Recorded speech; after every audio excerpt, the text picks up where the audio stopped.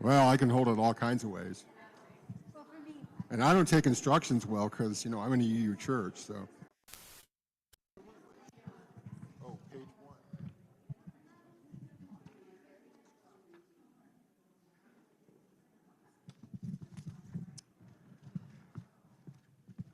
All right, I'm on the correct page now. So it is, as I was told, 10:30. Do you want me to go up and ring the bell?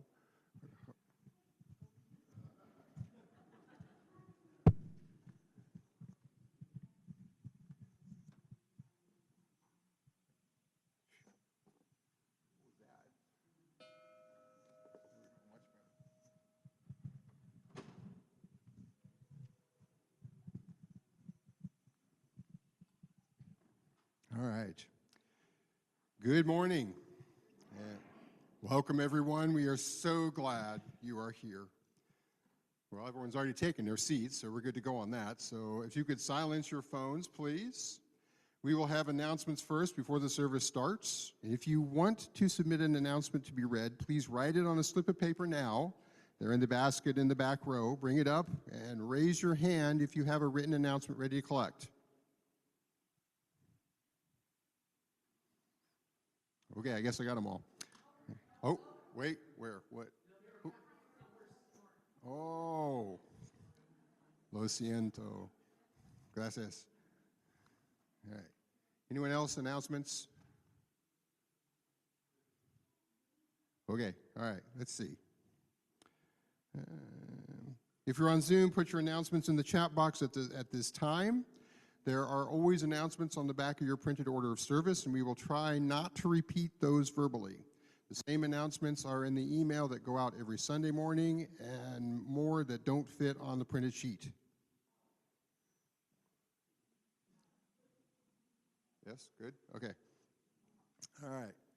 So, looking for everyone interested in assisting with facilities management and security, we will have a meeting Saturday, November 1st, 9 to 11, to plan for the year. See you there.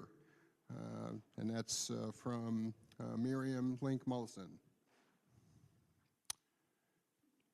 Second, if you would like to be a vendor for November 16th holiday extravaganza, arts, crafts, baked goods, or services, please let Jody Ruffner or Miriam Link Mullison know this week. She's busy. Okay. All right. Please make announcements as follows. I'm sorry, ignore that part. If you're considering making a funding proposal and have questions, there will be a question and answer session today after the service in the sanctuary. See Jean Basanta. And I had to make a comment. It's a good thing I am the generation I am because he wrote it in cursive and my students wouldn't be able to read it. So, all right. And then there is an immigration advocacy letter to Representative Bost in the Commons for those who would like to sign it. Next Saturday, November 1st, we will need people who are willing to come and clean for about an hour or so. Our regular cleaners have the week off, and there will be memorial service here for Martha Shim's husband, Cameron, next Sunday at 3 p.m. And then the last one I have, trick or treat for UNICEF. We will have boxes on the tables in the Commons after the service for donations to UNICEF, or you can donate online at unicefusa.org. See Joyce if you need more information. I think that's all my announcements. If you are a newcomer this morning, we'd like to extend a special welcome to you. We're so glad you are here. If you'd like to know about what's going on in the fellowship 7 days a week, please give us your email. If you are here at the fellowship, you can fill out the blue welcome card and leave it in your chair or give it to a greeter. If you're online, go to the link in the chat to fill out our welcoming card. Current members can use the welcome card to update their information too. We hope you'll stay here for coffee and conversation after the service so we can get to know each other, or stay online to chat in Zoom. Since we are here in a time of ministry and covenant, we are asking that we hold all applause until the end of the service. Jazz hands can work if you feel so moved. We can thank everyone for their contributions at the end of the service. And since this is the last Sunday of the month, we have our committee's spotlight. And this month it is Pastoral Friends. I invite Nan Sorrells and Laura Van Abema, oh, I was right, okay, all right, to tell us more.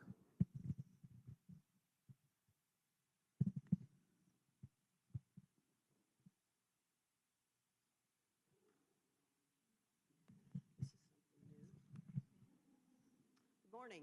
My name is Nan Sorrells, and I'm a member of the Pastoral Friends group.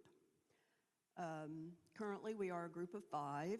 It includes myself, Laura, Lorraine Wright, Randy Greider, and Elisa Hummer. So you might be thinking, what's a pastoral friend?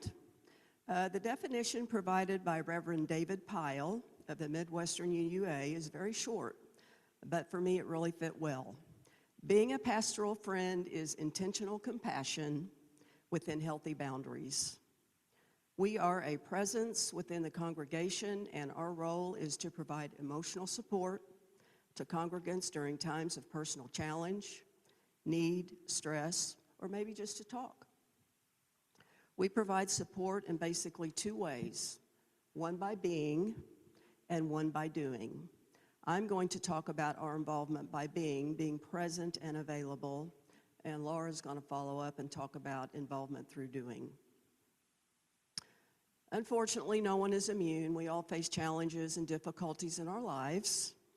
So in a time of need, a pastoral friend is available to listen with an open and compassionate heart, to provide support and quiet listening without judgment, to honor and respect confidentiality, and to be present with you so that you are not alone. We are there to sit with you to help lighten the load. If a specific tangible need is identified, we can provide information regarding community resources that might be helpful.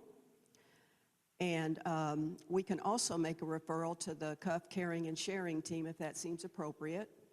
And obviously, we would not make a referral unless we had permission ahead of time. There are also things we don't do.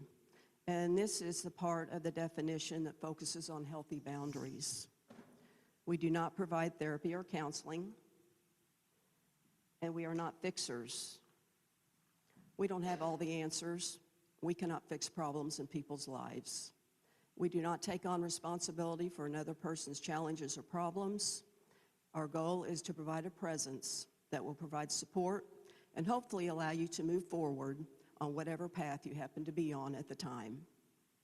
We are here, so please reach out if we can be of assistance. And we're always looking for new members. So if this sounds like a group you would like to be a part of, we would welcome you. We meet monthly.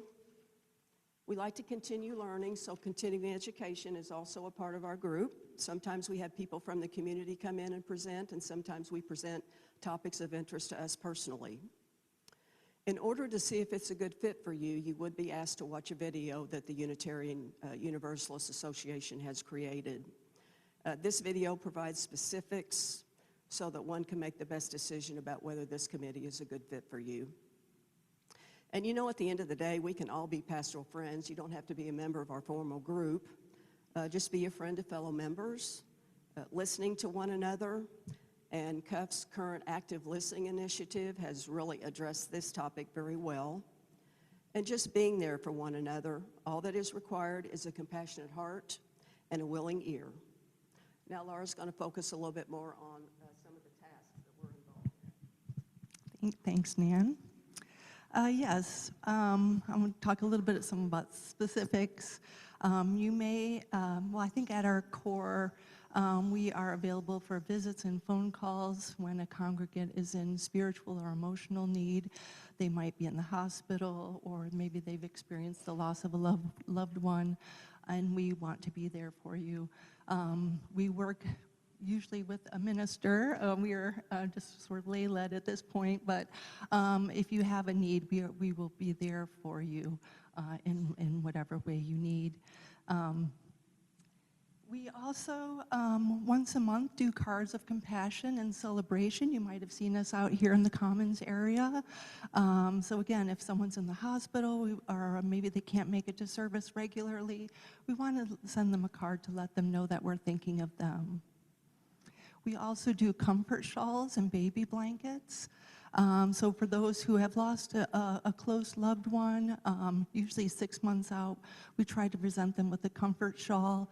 And then when we welcome new life into the congregation as well, to give them a baby blanket, again, on behalf of the congregation, to welcome them and lift them up in community. We also have some specific programs throughout the year. You'll see us probably in December. We'll talk about our Blue Holidays session. This is to address mental health around the holidays because not everyone is, joyful and cheerful, and so we'll probably talk about that. And we also do programs usually once a year. We've done, as part of our continuing education program, we talk about this, and it's usually some sort of a discussion group based on a book. So we've offered grief group based on the book Nothing Gold Can Stay. We've had a group that explored thresholds or major transitions in life. This was on the book Trusting Change. We've also examined the experiences and thoughts and developments one might experience in their later years in a book of that very same name. And most recently, we explored what the importance of ritual in healing, both personally and in community. So if there's a discussion group that you would like to see here at the fellowship, or maybe a repeat of something like our grief group, please let us know, because we would like to provide that for you. So thanks again, and like Nan said, if you're interested in being a member, please get in touch with us. We are usually, our name tags were the ones with the green hearts on there, so thank you. I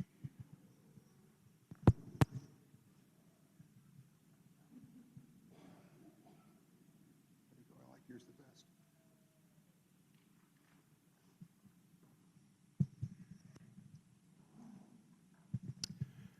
Welcome to Carbondale. See, I just took a drink of water, too. Excuse me. All right, there we go. That's better. Welcome to the Carbondale Unitarian Fellowship, located on the unceded traditional lands of the first people of present-day Southern Illinois, the Miamia, Osage, Kaskaskia, and Wapah, and so many more. We got a list. We could be here all day. My Lakota people were here too, so we got around. The fellowship is a member congregation of the Unitarian Universalist Association, sharing the good news of Unitarian Universalism with folks throughout the region. Our good news is a message of love, freedom, reason, respect, and justice as the basis of religious community. My name is Eric Terrell. My pronouns are generally he, him, but I answer to pretty much anything. And in my classroom, I've even answered to mom, so it's all good. I am a member of several of the committees here, so I'm on the Sunday service morning committee working on this. I've had the pleasure of speaking behind the pulpit on many occasions. I participate in religious education and kind of get myself into as many things as I possibly can. This morning, I am your Sunday service facilitator. We are a congregation of open minds and hearts, all ages, all colors, all genders, all abilities, all kinds of wealth, all kinds of love. Now I invite those of us who are online to select gallery views so that we can wave at each other, connecting our congregations over space.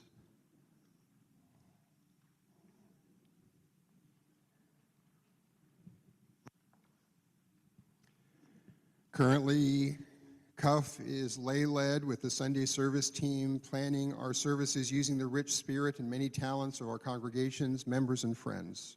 In addition to members, services may include a guest speaker, ministers, and this year we are also joining with our friends at the Church of the Good Shepherd, UCC, and we will be joining them next week, as a matter of fact, in their congregation. Join us on Sunday mornings or our Wednesday evening Vespers on Zoom as we continue to search for a minister. Now let's center ourselves with the music of the prelude.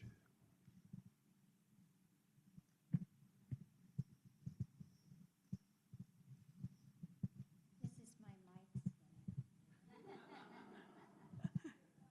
Okay.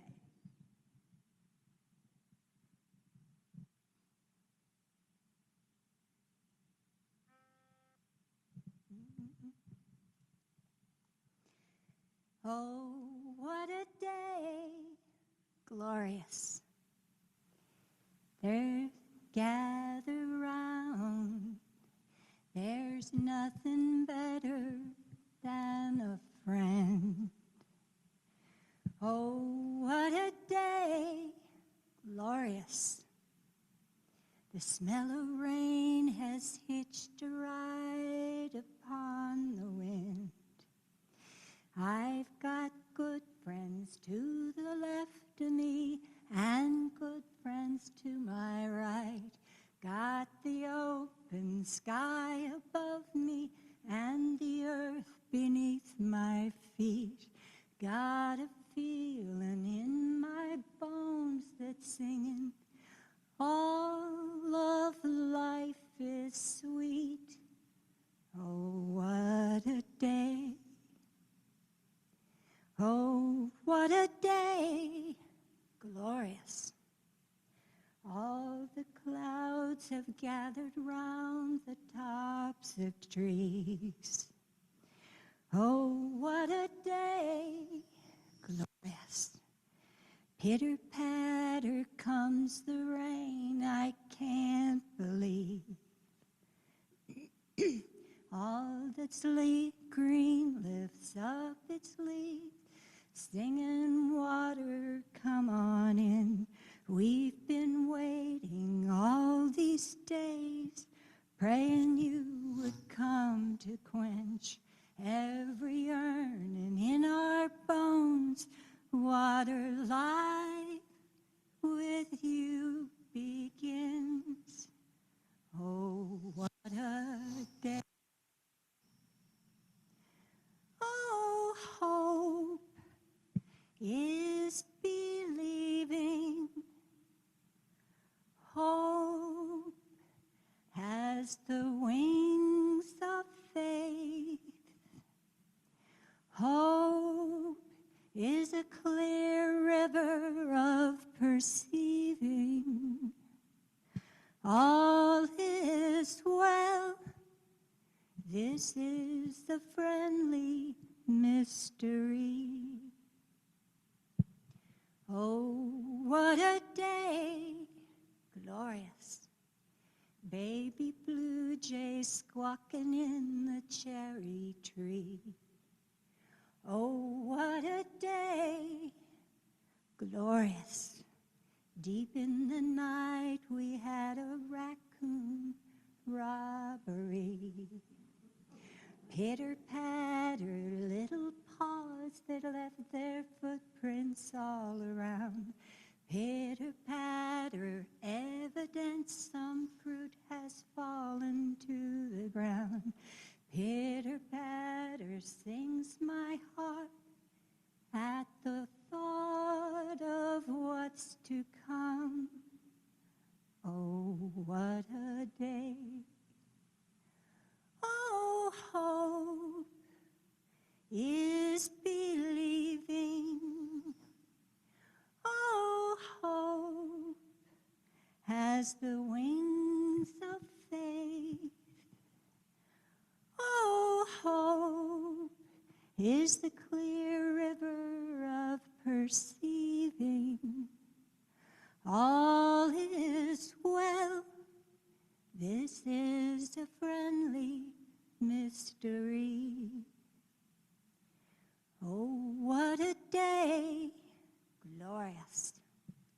Under the sky we slept last night, each one of us. Oh, what a day, the waning moon, our cycle is almost complete. We've got good friends to the left of us and good friends to our right. Got the open sky above us and the earth beneath our feet. And never fear, the birds are singing. Even endings can be sweet. Never fear, the birds are singing. Even endings can be sweet. Oh, what a day.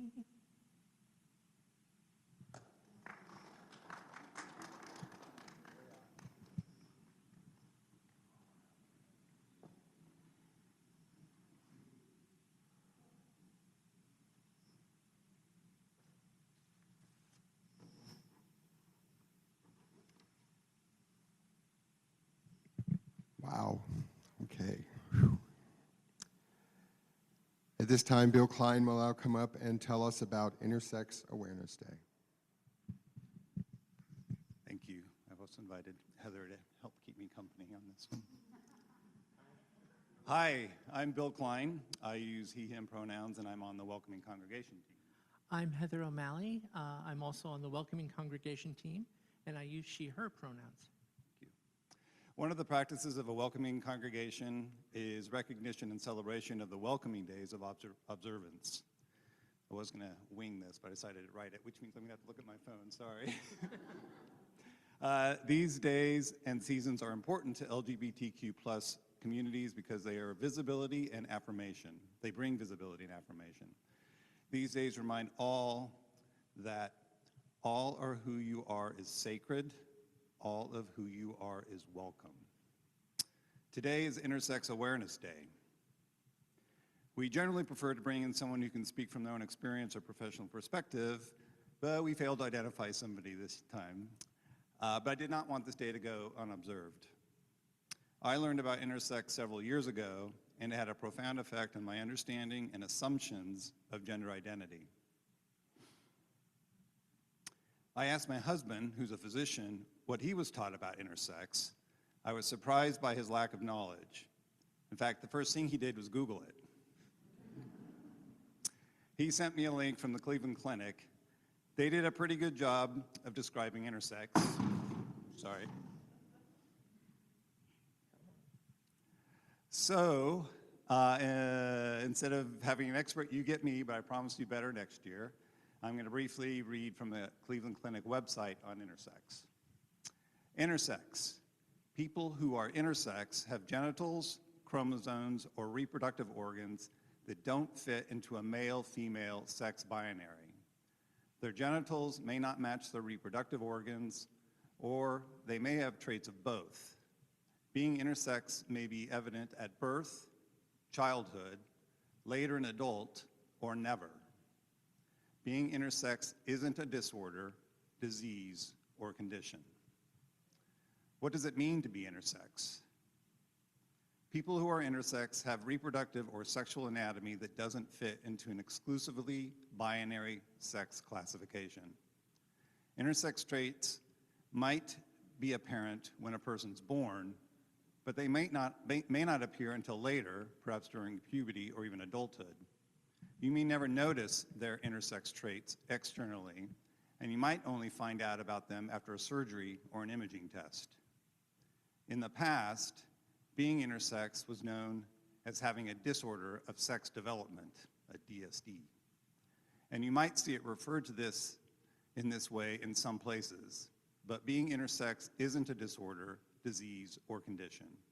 Being intersex doesn't mean you need any special treatments or care. How common is being intersex? This number astounded me. An estimated 1 in 100 Americans is intersex. Around 2% of the people worldwide have intersex traits. What causes being intersex? Experts don't know what causes being intersex. And now I'm going to get technical, I'm sorry. Some intersex traits can be genetically inherited. Being intersex might occur due to changes in an androgen hormone receptor gene, natural or synthetic hormone exposure occurring during embryo development, missing or out-of-place sex-determining region Y gene, or other genetic conditions causing abnormal levels of hormones related to genital development. What does being intersex mean in my body? Being intersex can present in about 40 different ways. The most common intersex traits include, again, more technical stuff, I'm sorry, combination of chromosomes. Everyone inherits sex-linked chromosomes from their biological parents. People who are male have XY chromosomes. People who are females have XX chromosomes. People who are intersex may have a mix of chromosomes, such as XXY, or they may have some cells that are XY and some cells that are XX. Or they may have just one X chromosome, considered XO. Other combinations can occur too. And finally, mixed genitals and sex organs. A person who is intersex may have both ovarian and testicular tissue, called ovotestes. For example, you might have genitals that are associated with being male. At the same time, you may have internal reproductive anatomy or hormone levels associated with being female. This was also interesting, I thought. Is a person who is intersex a hermaphrodite? No. Hermaphrodites don't exist. This is an outdated term implying that a person is both fully male and fully female, which isn't biologically possible. In fact, many people who are intersex consider that term derogatory and stigmatizing. Intersex and being intersex are the correct terms. Do people who are intersex need surgery or treatment? If you're a person who is intersex, you don't typically require any surgery unless you choose it. In the past, people who are intersex have been given surgery to make their genitals match their sex recorded at birth, or to remove reproductive anatomy that doesn't match. These intersex surgeries often take place before a child is 2 years old. More recently, people who are intersex and advocates have spoken against intersex surgeries, calling them unnecessary. They want parents to let their children choose whether to get surgeries or treatments, and which ones, when they're old enough to make that choice. Many organizations, including the American Academy of Family Physicians, support intersex people in making decisions about their bodies. This means waiting until a person is old enough to give informed consent. Let's take a moment to acknowledge those people whose gender identity was determined by a surgeon instead of by consent.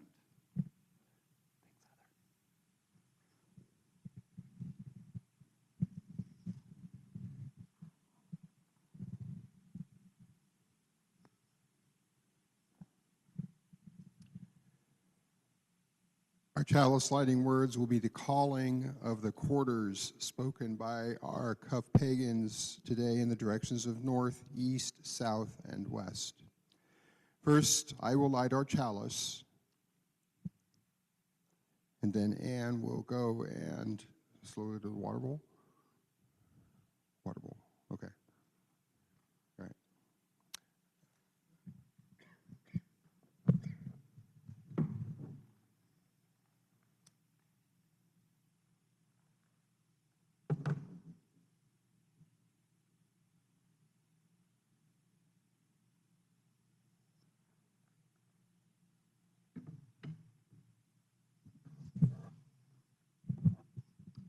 Our chalice is lit.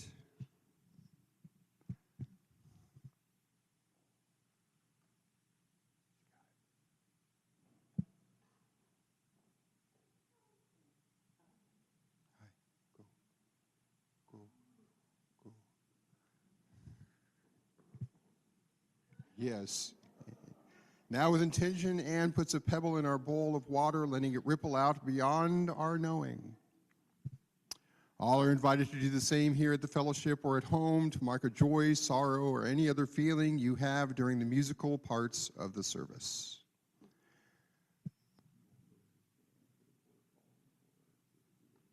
Okay.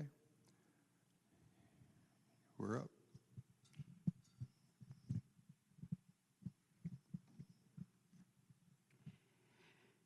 Spirits of the north, elements of earth, we call upon you today to witness our Samhain ritual and our circle with friends.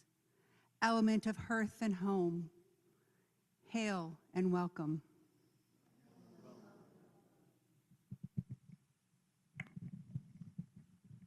Spirits of the east, the spirit of air, blow through our ritual and let us remember.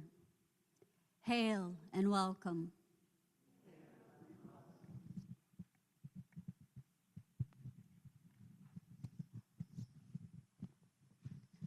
With gratitude and reverence, I call, resonate, and connect with the South, the essence of fire, the element of fire, warming us in body, mind, and spirit.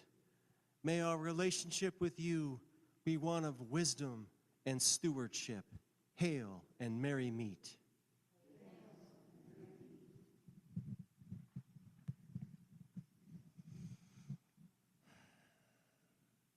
Spirit of the east, spirit of the setting sun, spirit of the deep waters that roll with emotion, please come and witness this, our magical act. Hail and welcome.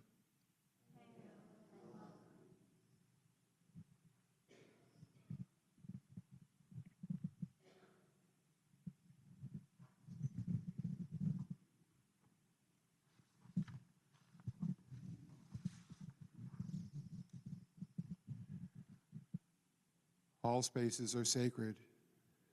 We set with intention this sacred space for our use this morning.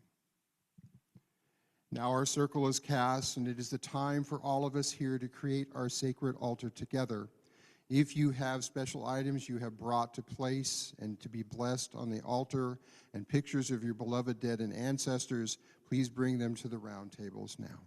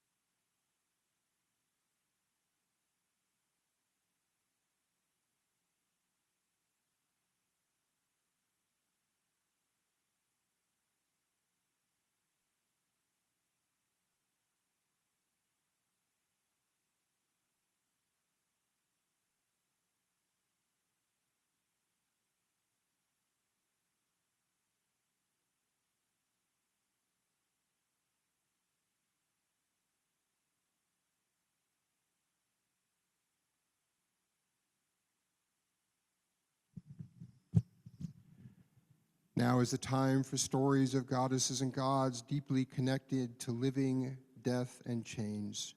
Gypsy will start. Cerwydden is often portrayed with a cauldron in front of her and a big wooden spoon. She's the Celtic goddess, one who likes to stir up wisdom and magic, and she also is the goddess of transformation and rebirth. And I'd like to honor her here today for our Samhain ritual. Hail and welcome, and remember Cerwydden.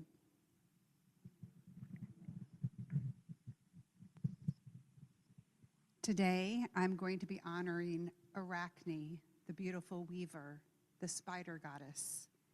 She is celebrated because as a young girl, she was an excellent weaver and challenged the goddess Athena to a weaving contest, which she kind of won, but Athena was not thrilled with that. So she turned the beautiful young Arachne into a spider, and she became the spider goddess that we know of today. And the beauty of Arachne is she weaves webs of community. She weaves webs of connection. And so I resonate with her very much because I also weave community connections throughout life. And she also, so if there's any spiders, I love spiders, I can tell you that. If you come to my house, don't be scared of spiders because they're all over. So all hail Arachne.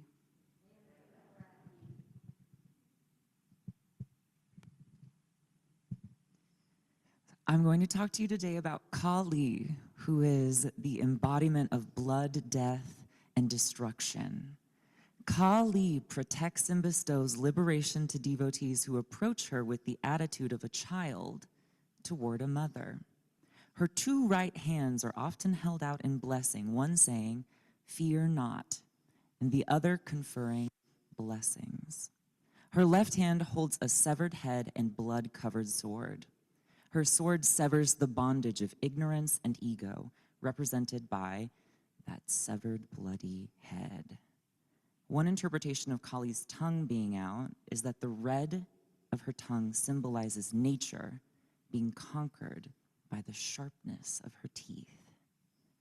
Her darkness on her skin represents that she is beyond all qualities of nature and transcendent.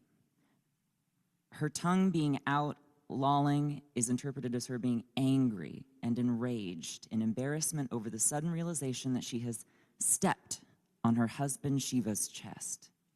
This accident represents an episode where Kali was out of control on the battlefield, such that she was able to destroy the entire universe.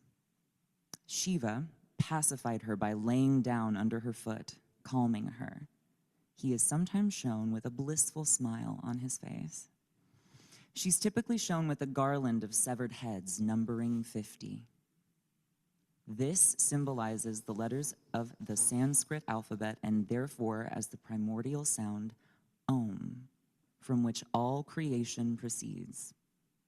The severed arms which make up her skirt represent her devotee's karma that she has taken on.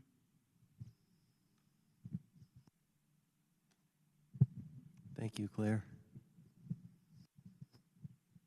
Blessed be, blessed be, blessed be.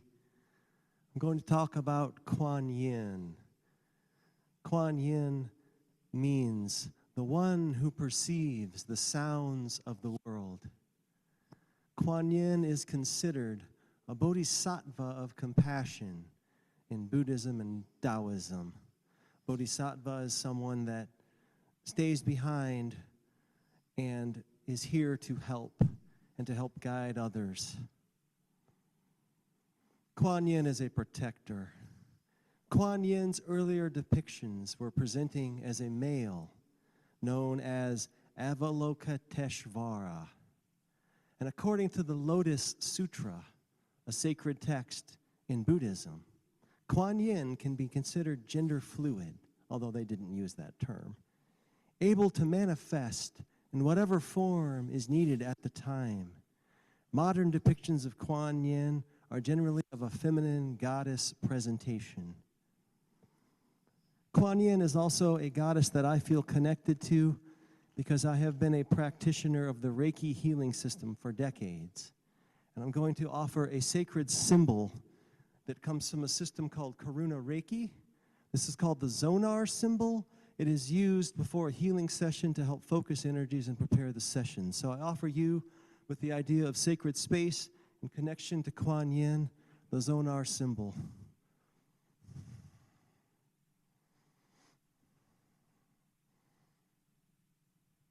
Blessed be, hail and welcome, Kuan Yin.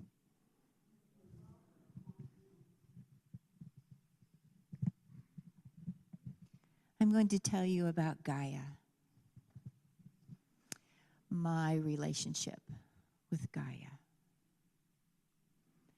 Gaia is breath. Gaia is a mathematical formula. Gaia is air and earth and water. She's song. She's in the piano. She's in the organ. Gaia is often associated with the planet Earth, with the ocean and all the primordial creatures that are coming off of her hair and her very pregnant belly. I often connect very deeply with Gaia through science. To me, she is in every microscope. She is in the White House, maybe. She is in the UN. She's in the International Space Station. Hail and welcome, Gaia.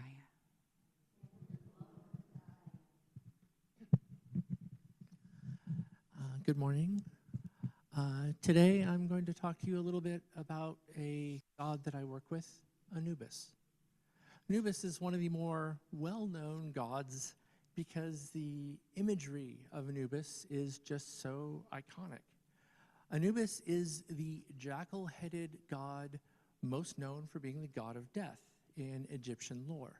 He's also symbolized by a jackal, either sitting down and at rest or wandering around. So you can see various hieroglyphics, and some of the things about Anubis, talking to people. In the Book of the Dead, it is shown that Anubis is the one who greets you after you die, when you pass on. And he guides you through the darkness to where your heart will be weighed against the feather of Ma'at, truth. He is thus known as the guardian of the dark walk, which always gives me comfort in tough times. So Anubis greets you when you die, walks you to where your heart is weighed, and then he conducts the ceremony, which is watched over by Thoth. This is, very, simple things, but he is there for us. He is there to help us and protect us through this journey. And that is really important. What's also kind of interesting is most deities don't get exported out of the country they were from. But the Greeks built a city called Lycopolis, somewhere in mainland Greece, not one of the one of the little archipelagos. It was a city dedicated to Anubis, and they don't really have much in the way of jackals in Greece, so they used wolf imagery instead, which is why it's Lycopolis, lycanthrope. And so, but yeah, Anubis was known in the Roman Empire and was somewhat popular in terms of dealing with death and keeping you safe during that journey. So please, Anubis, hail and welcome. Thank you. I've got two to honor my Irish and English ancestry. The first one is the Cailleach. And the Cailleach is the divine hag. She is the old woman who brings winter in, because Samhain is also the New Year's. It's the beginning of the new year, and it's her half of the year. And she generally represents the destructive elemental parts of nature. She's the goddess of winter and storms, but she's also the one who made the landscape. As she strode across the land, she dropped rocks, which became mountains, and her footsteps became valleys. She's the protector of deer and wolves and other large animals out during the winter. And I guess, hail and welcome, Cailleach. The second one I'm bringing is Herne the Hunter, which is the English version of Cernunnos, the Celtic god. He is the antlered or horned god who leads the wild hunt across the winter landscape. He joins with dogs and people riding horses and goats and spirits and all sorts of people who just want to hunt. That's all they're thinking about. You stay away from the wild hunt if you can. But he's also the keeper of the forest, and he's tied to the dark, and he's the protector of the outside world. So hail and welcome, Herndonjer.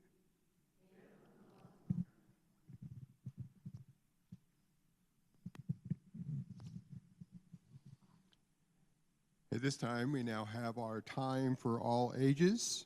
Gypsy will tell of a beloved story from her kitchen witch tradition. Kids of all ages are welcome to come into the center of the circle and share in the story.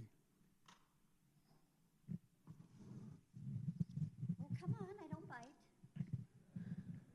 Not today, anyway.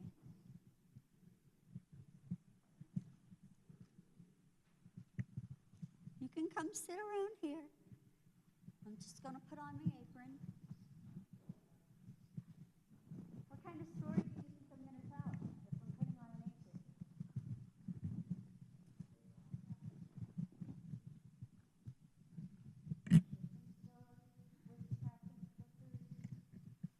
Oh, I don't know. Maybe. Got to get my magic spoon out. I don't know if I can do this holding a microphone. I'm going to try. Oh, yeah, thank you. That's much better. This is one of my favorite books because, as Eric said, I don't have to put it so close. As Eric said, my ancestors are kitchen witches. Do you know what kitchen witches do? They cook and they feed people. My ancestors would never let anyone leave the house hungry. In fact, they would make sure that you had seconds and thirds and sometimes fourths. My granny thought I was too skinny, so she was always feeding me. Everything, eggs and soup and toast, everything she had in her kitchen. And she always used a wooden spoon. And so when I make soups and sauces in my kitchen, I always use a wooden spoon. And a lot of them have little designs on them because I put magic into my spoons because I want my friends who are eating the food that I'm making for them to have the magic that's in the spoon. What kind of magic do you think's in this spoon? Exactly. It's a big, sunny, happy face that's on my magic spoon. So any kind of food I make with this is going to have happiness inside. So my friends will have happiness when they eat it. And the story I'm going to read is called Stone Soup. I've heard of that. You've heard of that. And it's by Anne McGovern. And it's one of my absolute favorite books. A young man was walking. He walked and he walked. He walked all night and he walked all day. He was tired and he was hungry. At last he came to a big house. What a fine house, he said.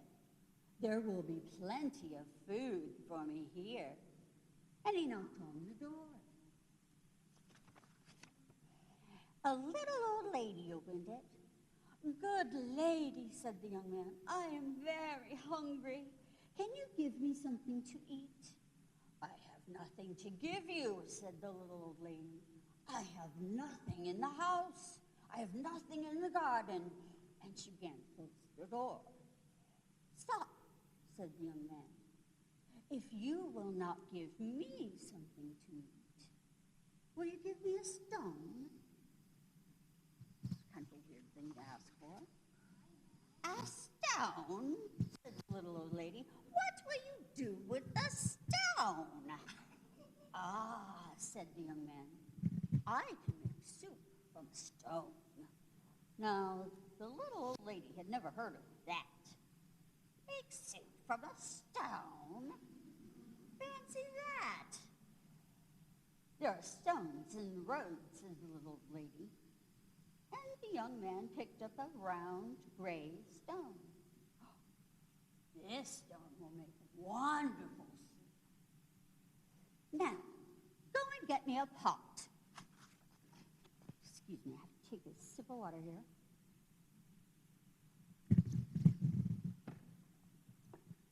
The little old lady got a pot.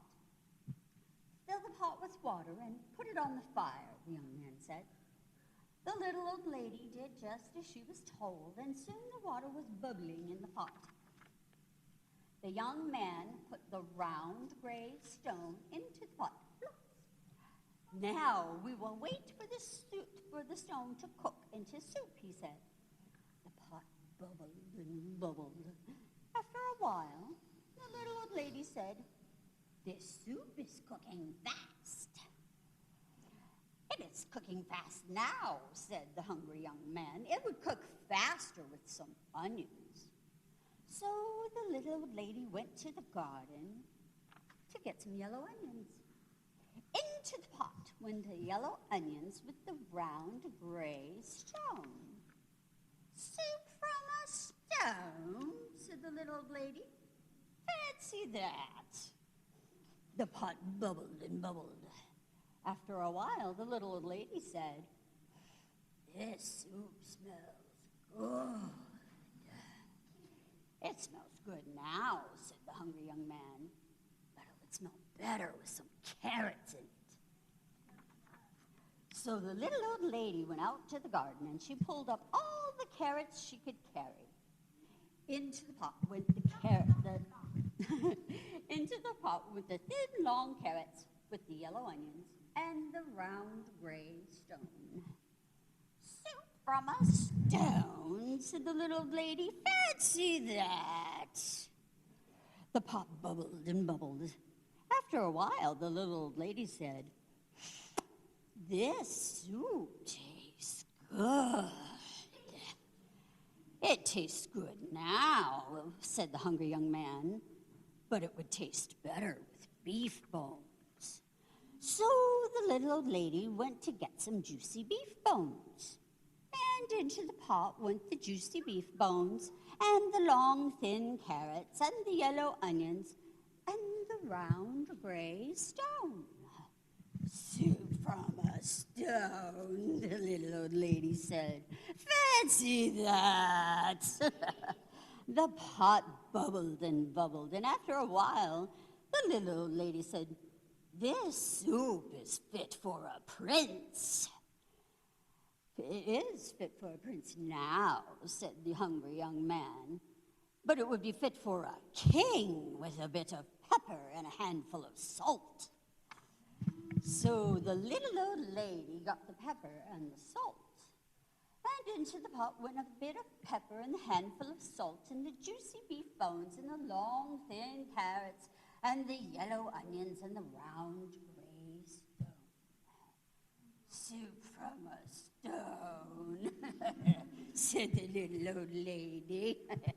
"Fancy that." The pot bubbled and bubbled.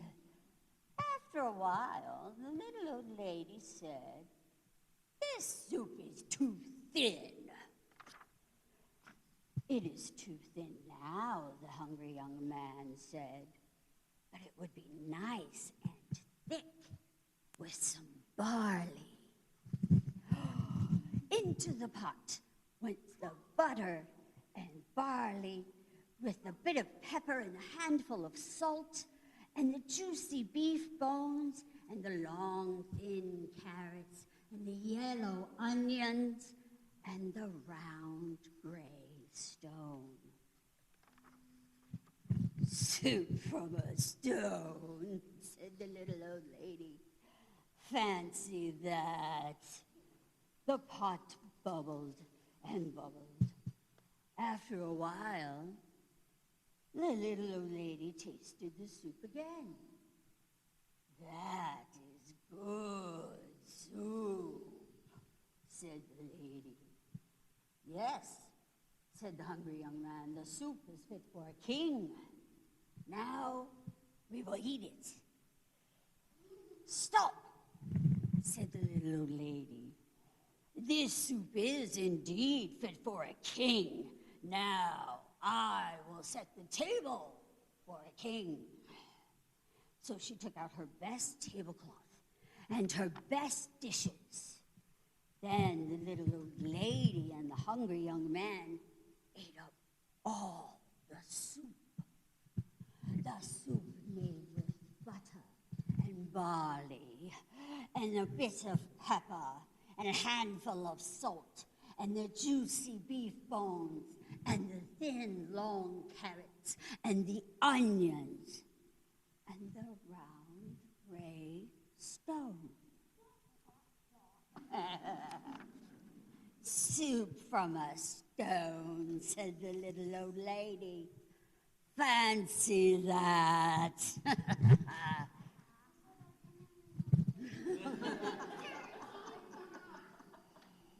Now I must be on my way, said the hungry young man. He took the stone out of the pot and put it into his pocket. Why are you taking the stone? Said the little old lady. Well, said the young man, the stone is not cooked enough. I will have to cook it some more tomorrow. And the young man said goodbye. He walked on down the road. He walked and walked. What a fine supper I will have tomorrow, he said to himself. Soup from a stone. Fancy that.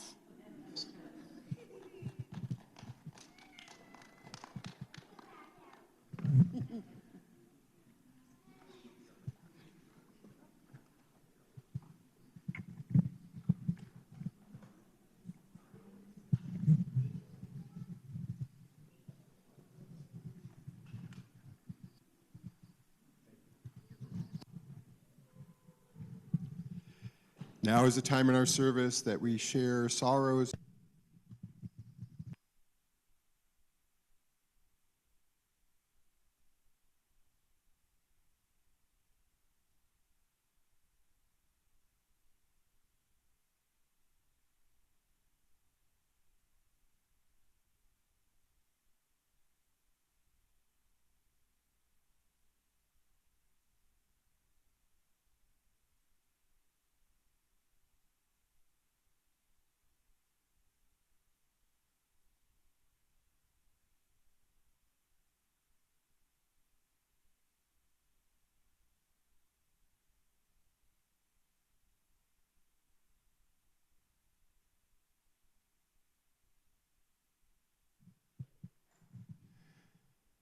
Well, if it's not evident at this point, in our fellowship we share so many things. Our time, our efforts, our talents, our spirits, our money. We share with this fellowship and for the needs of the fellowship, but we also share for our greater community beyond these walls. You may contribute to the fellowship or to our social action offering recipient for October, which is Spirit of Christmas. Information about the group is in your order of service and this morning's email. Checks should be made payable to CUF, and you can also donate online via PayPal. It's really easy, I know. The link is in the chat and in your order of service. Use the check memo area or the note area in PayPal if you wish to specify a contribution to Spirit of Christmas. Also remember that your spare change makes a difference. All the coins collected during the offering are sent to the UUA Annual Program Fund, which provides important resources to Unitarian Universalist congregations, including this one. So please join me now in our unison offering reading printed in your order of service and on the screen. Let there be an offering to sustain and strengthen this place, which is sacred to so many of us, a community of memory and of hope, for we are now the keepers of the dream. Your contributions in all forms are gratefully received.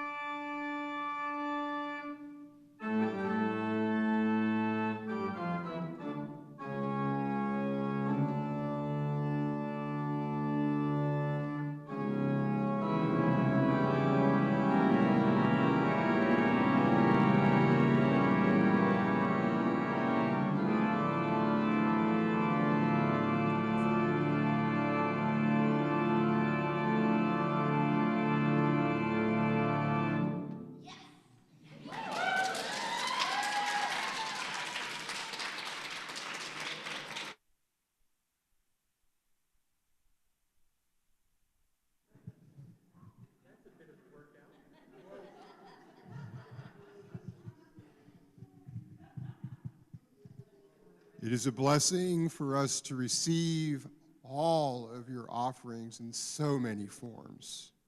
Thank you, Elena. I now invite you to settle in as we listen to the rest of the service, working with thoughts on the thinning of the veil.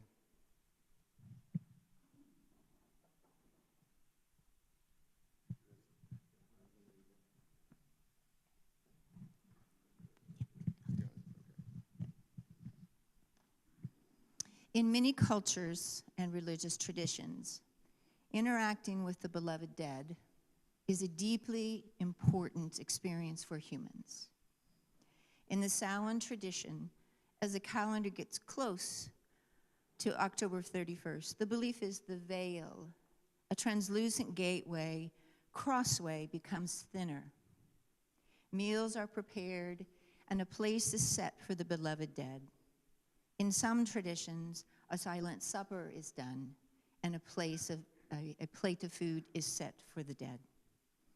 We are going to share some of our personal experiences with the spirit visits from beings who have passed beyond the veil.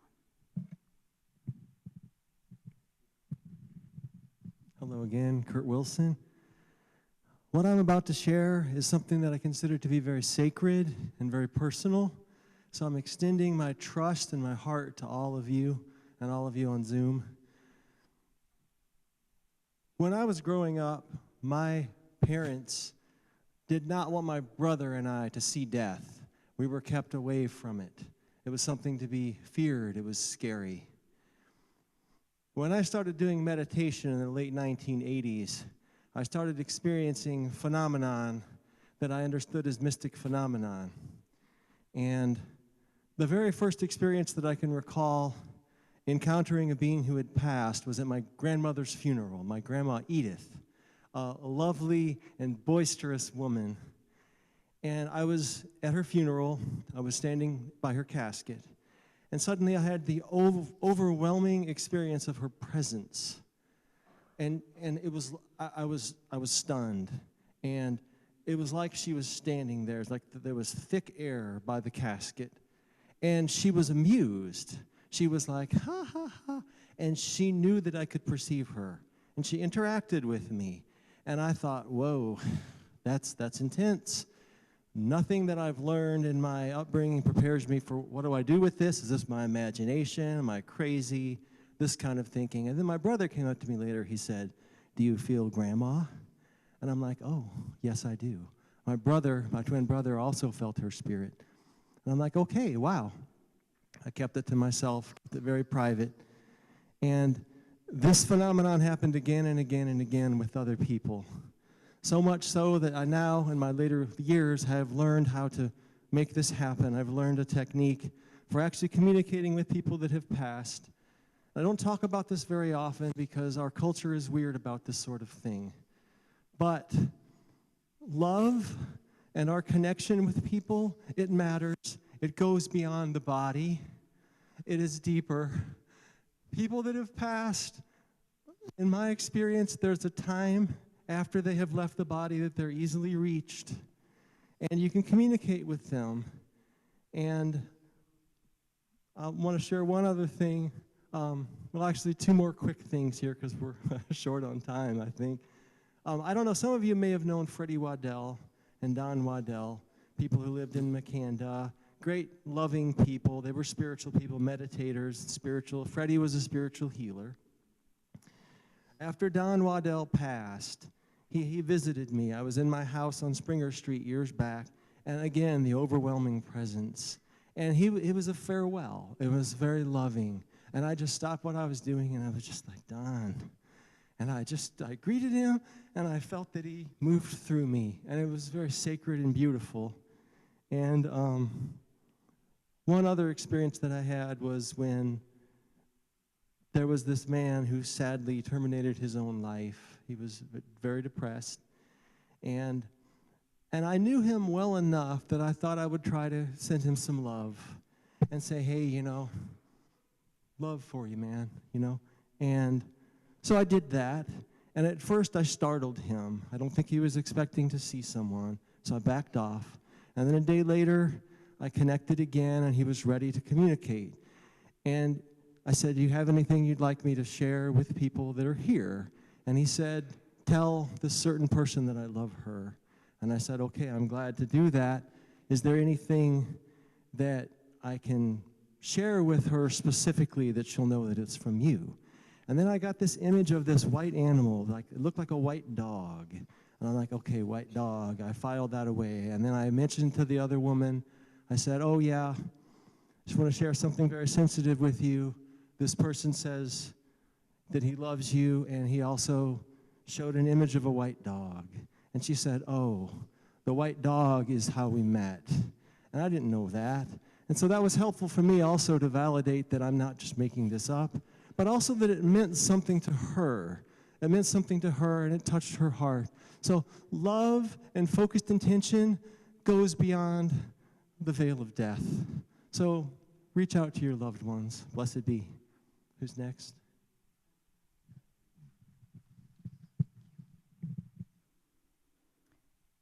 It starts somewhere in late September, a vague memory. My father's face, how he lights up when he sees me from a distance. My mother gently holding a newborn kitten as though it were as fragile as a butterfly. That sudden realization that my words have touched the heart of a lost friend.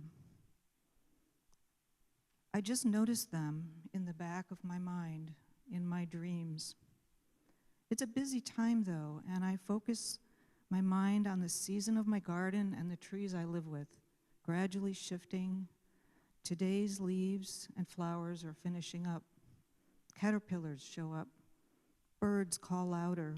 Squirrels run faster, grasping their acorns. We're all so busy. The memories, though, they come and they go. Sometime in October, I may read something about the thinning of the veil, and every year I'm surprised. Oh, yes, that's what it is. And I begin to pay attention to what has already begun. This year, my mother has been ever present for me. I feel she wants to tell me things. Just as all of nature makes its shift, the wheel turns, driven by the cycle from what once was to what is coming. I let the memories and feelings flow through at random. The veil, that boundary between worlds, is certainly thin, and all around there's so much to notice. I just notice, and I pay attention.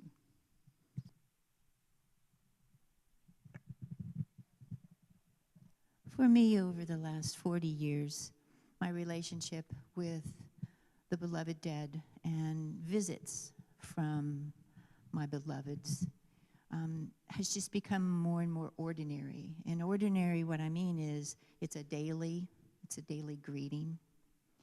It is something I've allowed myself and given, I've told the universe, okay, I'm ready, I can do this, because for a long time I had this push on my back that was like, you need to do something.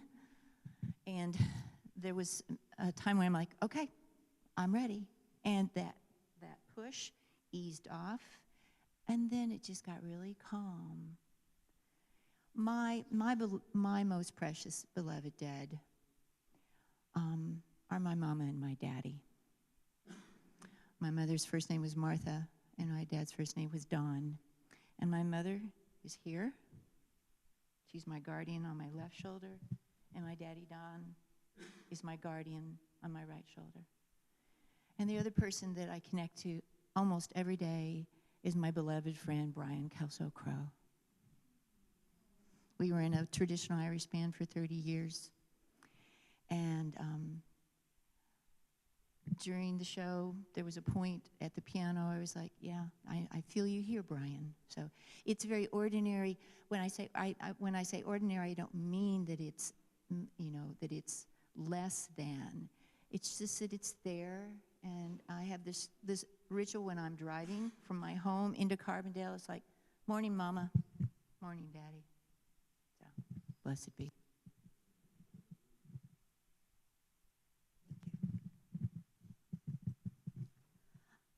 I'm Johanna again, and I am a hedge witch. And what a hedge witch does is called riding the hedge. And the hedge is another term for the veil. So we hang out kind of in that area and try to see what we can and get messages and, you know, get advice and things like that. It's not just the dead, but it's the spirits and it's the fae and it's everything else that you may believe in and may not believe in. But I tell you that during the Samhain season, anything can happen, and you better be ready for it. Try to see out of the corners of your eyes. You'll see things there, and they may be there and they may not be there, but you sometimes have to trust that they are there, and they're communicating to you. When you're feeding the trick-or-treaters that come in, are you certain they're trick-or-treaters? Certain they're kids? Maybe something else dressed up as that vampire or that princess got out. So what you call your imagination, Samhain is an announcement to us that whatever that is, it might not be imagination, it might be sight. And sometimes you have to trust yourself that you are seeing things, and that's good.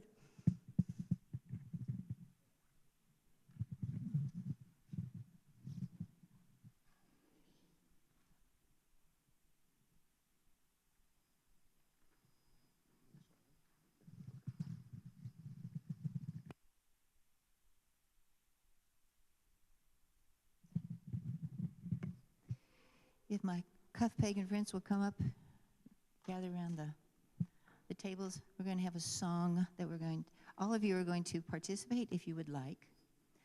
This song is written by Jay Patterson and Ram Dass, and it's called Listen to My Heart Song. And what I'm encouraging and inviting you is to be the foundation, to be the grounded root of this song. And your part is one word, so it's listen, listen, listen, listen, listen, listen, listen. You continue that, and we're going to build on this. Listen. Listen, listen, listen, my heart song, my heart song, my heart song, my heart song, my heart song, my heart song, my heart song. Listen, listen, listen to my heart song. Listen, listen, listen, listen, listen, listen, listen, listen, listen, listen, listen, listen. Listen, listen, listen to my heart song. Listen, listen, listen to my heart song. I will never forsake you. I will never forget you. I will never forsake you. I will never forget you. Listen, listen, listen to my heart song. Listen, listen, listen to my heart song. I will never forsake you. I will never forget you. I will never forsake you. I will never forget you. Listen, listen, listen to my heart song. Listen, listen, listen to my heart song. Listen, listen, listen to my heart song. Listen, listen, lay unto my heart's song. Listen, listen, listen, listen. Beautiful.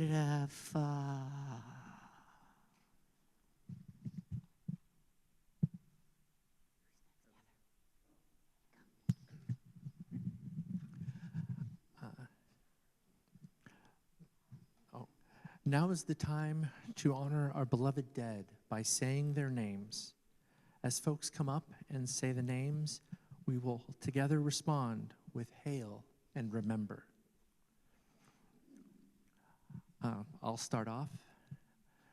William O'Malley, hail and remember. Mary McBreen, hail and remember. Mary Coldrick. Melody Lynn Walters. Hail and Remember. Mandar Rhine. Hail and remember. Ken Starbuck. Kathy Starbuck. Jack and Donna Chappell.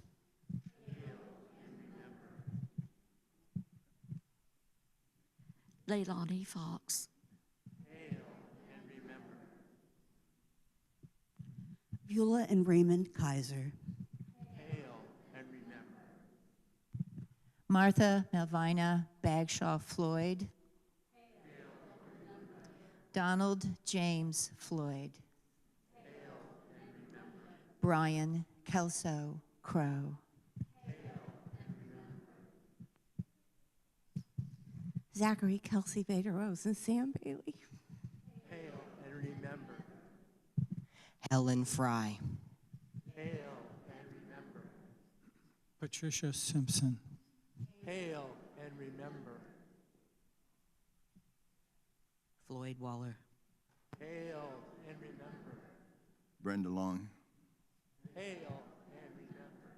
Sarah Christina Rohr. Hail and remember. Corridon Dominic Fine. Dennis Richard Sinclair. Hail and remember. Edith Beveridge. Clara Pearson and Lee Pearson. Hail and remember.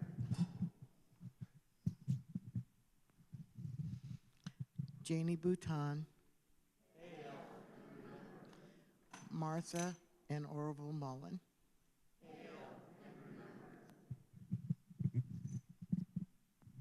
Debbie Amundson. Hail and remember. Gary Hagee. Hail and remember. Kathy Thornton. Hail and remember. Blake Thornton. Hail and remember.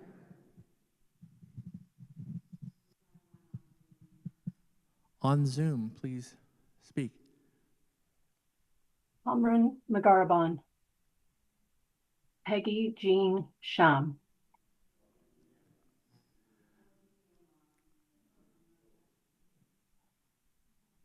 Martha, you're on mute. Can you hear me now? Can you hear me? Can you hear me now? No. No? Okay, do we have it in the chat? Hail and remember.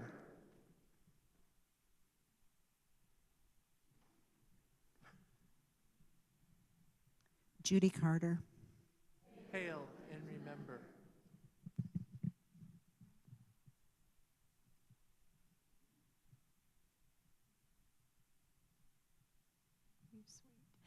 Jerry O'Malley.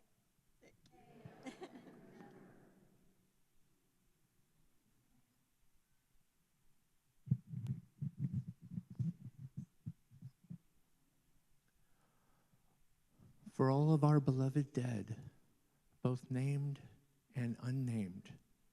Let's please have a moment of silence to remember their presence in our lives, that is always there, despite them not being here.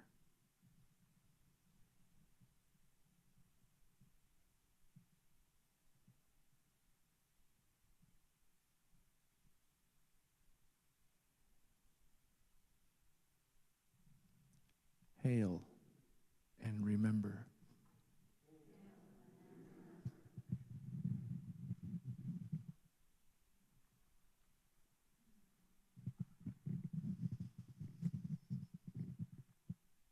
I invite you to breathe in and breathe out. We feel the connections deeply, whether spirits are here in body or have walked on. They are always with us, always here, always guiding sacred ancestors. Connect us. So may it be. Is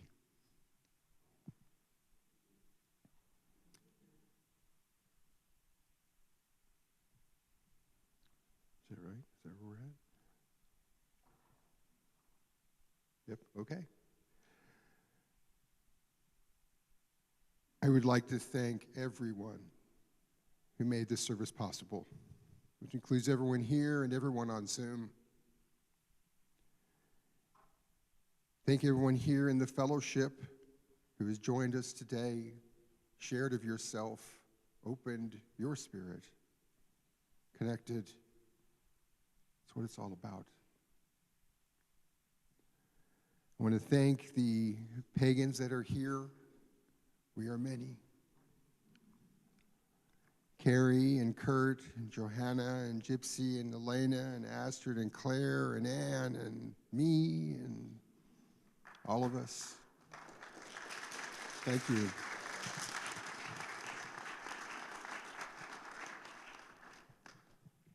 We do this all year long, not just at Samhain. We're here. I want to thank our musicians, Judy. Wow. Elena.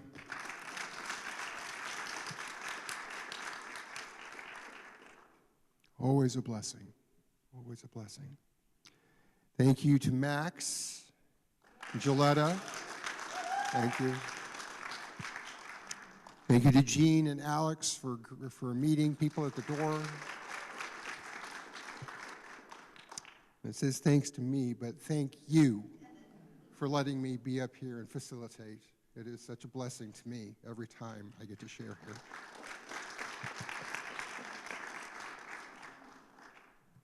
And at this point, we will close, as we always close, our earth-centered rituals. I ask you to rise as you are willing and able. Hold hands or hold your palms out as we close our quarters.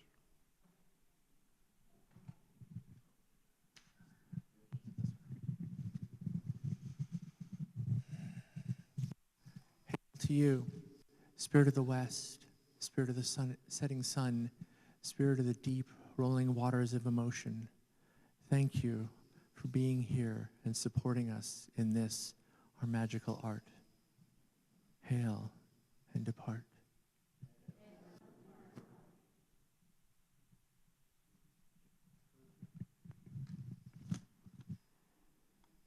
With gratitude and reverence for the experience of connecting with the spirit of the South, the essence of fire, the element of fire warming us in mind, body, and spirit.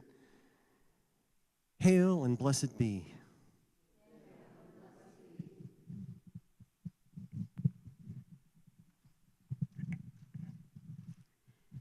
To the spirit of the East and the element of air, thank you for being here with us and blowing through.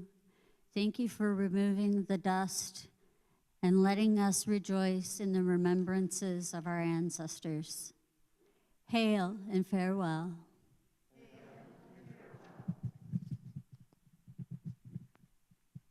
Spirits of the north, element of earth, thank you for joining us today in our Samhain ritual. Element of home, of hearth, of family. Stay if you will, but go if you must, in perfect love and perfect trust. Hail and farewell.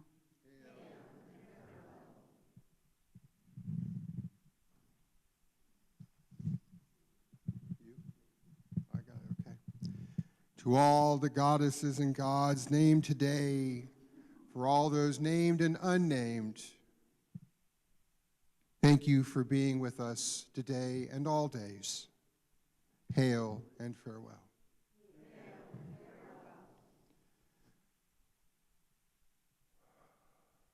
Our circle is open but never broken.